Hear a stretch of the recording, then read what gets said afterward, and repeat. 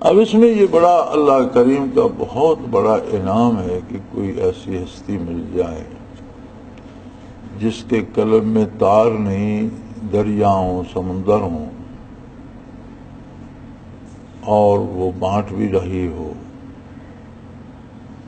اور ہمت پہ بات ہو کہ بندہ جتنا دامن پھیلائے، جتنا سمیٹ سکے سمیٹ لے۔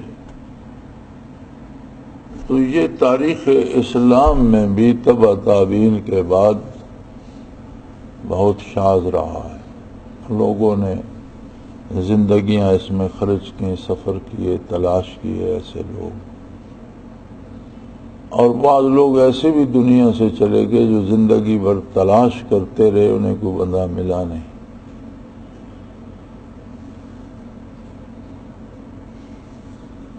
تو عجیب بات ہے کہ ہم تو تلاش میں نہیں نکلے تھے، ہمیں تو شیخ نے بتایا کہ میرے پاس یہ دولت ہے، آ جاؤ تم بھی لے۔ عجیب بات ہے، بس اللہ کریم کا ایسا منظور تھا۔ تو اگر یہ سعادت نصیب ہوئی ہے اور الحمدللہ، تو پھر دو باتوں پہ متوجہ رہیے۔ ایک تو ساتھیوں کو مطالعہ کی عادت نہیں ہے، مطالعہ بہت ضروری ہے۔ آپ نے دیکھا کہ جتنے اخبار، رسالے، جرائد چھپتے ہیں ان میں مضمون کم اور اشتہار زیادہ ہوتے ہیں، اس لیے کہ مضامین سے اور رسالے کی فروخت سے اشاعت میں کچھ نہیں ملتا، سارا پیسہ تو اشتہارات سے ملتا ہے۔ ایک شعبہ ہوتا ہے رسالوں کی مینجمنٹ میں، اشتہار حاصل کرنے کا اور چھاپنے کا، الگ سے ایک پوری مینجمنٹ ہوتی ہے۔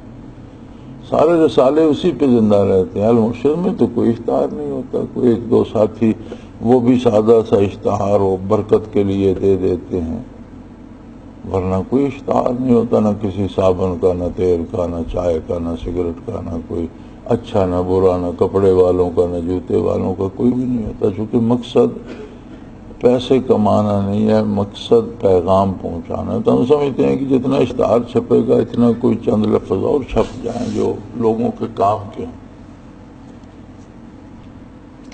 اب اگر آپ برکات بھی لینا چاہتے ہیں، پڑھنے کا تکلف المرشد کا بھی نہیں کرتے، یہ کیسی عجیب بات ہے۔ اکثر لوگ جو حلقے ذکر میں نہیں ہیں وہ المرشد پڑھتے ہیں۔ اسی طرح ٹیلی ویژن والوں نے قرآن کی تفسیر شروع کر دی، وہ 2 سال تک چلاتے رہے۔ میں نہیں سمجھتا کہ جماعت کے زیادہ ساتھیوں نے اسے بالالتزام دیکھا ہو۔ دیکھتے تو ہمیں بھی پتہ چلتا، سب سے ملاقات ہوتی ہے، کبھی کسی نے ذکر نہیں کیا، کوئی۔ اور کچھ بیشتر خواتین میں سے سننے کو ملا کہ جی ہم پروگرام دیکھتے ہیں۔ آپ نے بہت کم توجہ کی، 2 سال تک چلتا رہا۔ حالانکہ وہ بڑا مزیدار پروگرام ہوتا تھا کہ آپ اپنا قرآن مجید ترجمے والا لے لیں، آپ کو پتہ ہے کہ آج فلاں سبق 2-3 آیتیں ہوں گی، ادھر سے بھی ترجمہ دیکھ لیں، اس کی تفسیر سن لیں، بہت مزے کی بات تھی۔ تو کم از کم 19-20 سپارے تو نشر ہوئے،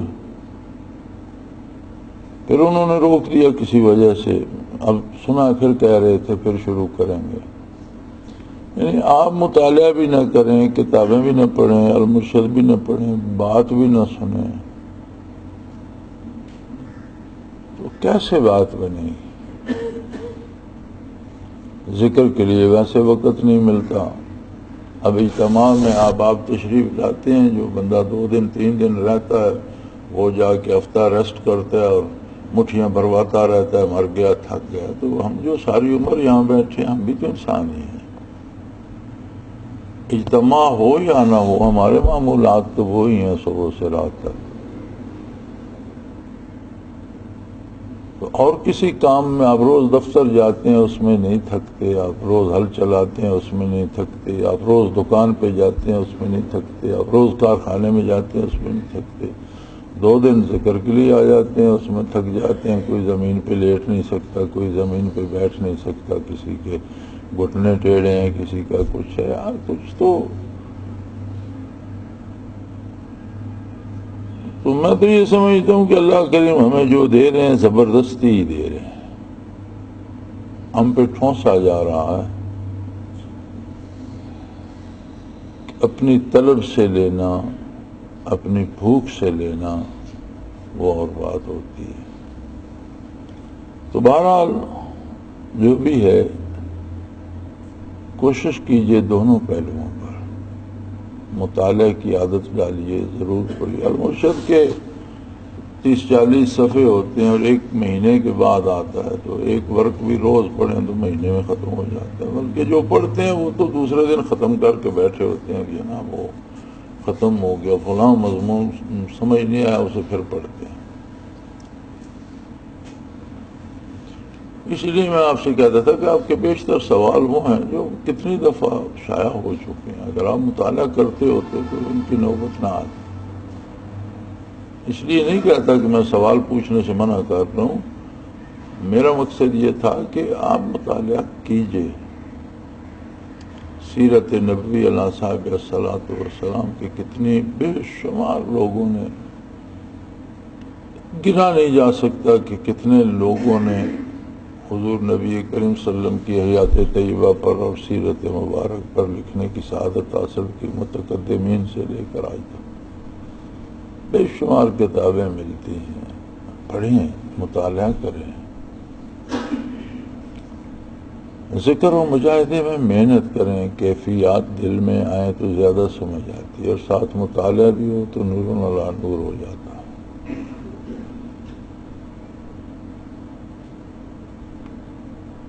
اور عجائبات کا صدور معیار نہیں ہے، معیار اصلاح نفس اور اصلاح قلب ہے۔ جتنا یقین پختہ ہو، جتنا اعتبار نصیب ہو اللہ کے رسول صلی اللہ علیہ وسلم پر،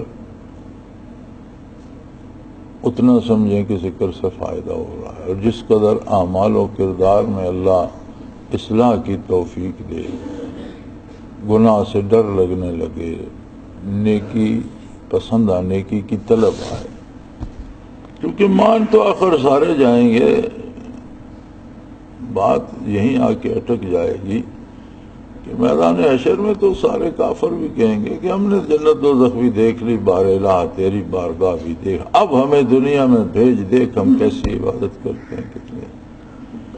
فرمایا وہ ماننا وہ تب تھا جب میرے نبی کے کہنے پہ مانتے، اب دیکھ کے تو انکار کرنے کی گنجائش ہی باقی نہیں رہ جاتی۔ تمہارے پاس چوائس جب تھی تب تم نے انکار کیا، اب تمہارے پاس چوائس ہی کوئی نہیں تو اب مانو گے نہیں تو کیا کرو گے؟ اب ماننے کا کوئی فائدہ نہیں، اب جاؤ جاننا۔ تو اللہ کریم توفیق دے تو دونوں پہلوؤں پہ محنت کیجیے، روزی بھی کمانا ہے، بچے بھی پالنے ہیں، زندگی کے سارے بکھیڑے ہیں اور سارے کرنا ہے، لیکن اگر ان پہ اطاعت پیغمبر کی چھاپ لگ جائے تو یہ سارے رکوع و سجود بن جاتے ہیں۔ آپ صلی اللہ علیہ وسلم نے فرمایا کہ مومن جو اپنے بچوں کو کھانا دیتا ہے وہ بھی اس کا صدقہ شمار ہوتا ہے، اس پہ بھی اسے ثواب ملتا ہے۔ تو عرض کی کہ یا رسول اللہ یہ تو اس کے ذمہ واجب تھا نان و نفقہ، تو فرمایا واجب کی تعمیلی عبادت ہوتی ہے، اب نماز فرض ہے تو نماز کی ادائیگی عبادت ہے نا، تو اگر نان و نفقہ واجب ہے تو واجب کی ادائیگی عبادت ہے نا، تو بچوں کو کھانا کھلاتا ہے تو اس کو اللہ اس کا اجر بھی دیتا ہے۔ یعنی زندگی کا ہر کام عبادت بن جاتا ہے اگر اس پہ نبی کریم صلی اللہ علیہ وسلم کی اطاعت کی چھاپ لگے۔